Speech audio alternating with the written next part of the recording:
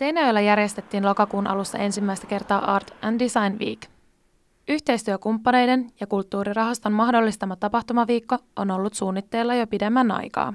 Me ollaan järjestetty kulttuuriosuuskunta KIKin nimissä Rytmikorva Design-sunnuntaita. Tämä on nyt 3. vuosi ja silloin ekana vuonna jo haaveiltiin, että ehkä jonain 10 vuoden päästä Seinäjoella olisi tällainen oma Art and Design Week. Mutta ei ole arvattu, että se tulisi näin nopeasti. Tapahtuma sai jo alkupäivinä lämpimän vastaanoton niin ammattilaisilta, harrastajilta kuin muiltakin taiteen ystäviltä. Tapahtuman tuottaja Johanna Hietanen oli tyytyväinen viikon aloitukseen.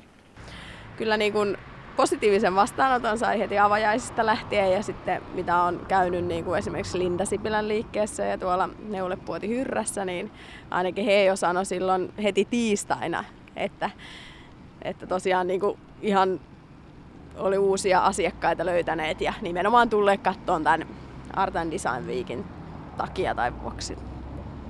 Taiteelle ja muotoilulle omistetun viikon ohjelma koostui monipuolisesta kattauksesta Seinäjoen ja Etelä-Pohjanmaan taide- ja muotoiluantia. Nähtäväksi jää, saako tapahtuma jatkoa myös ensi vuonna.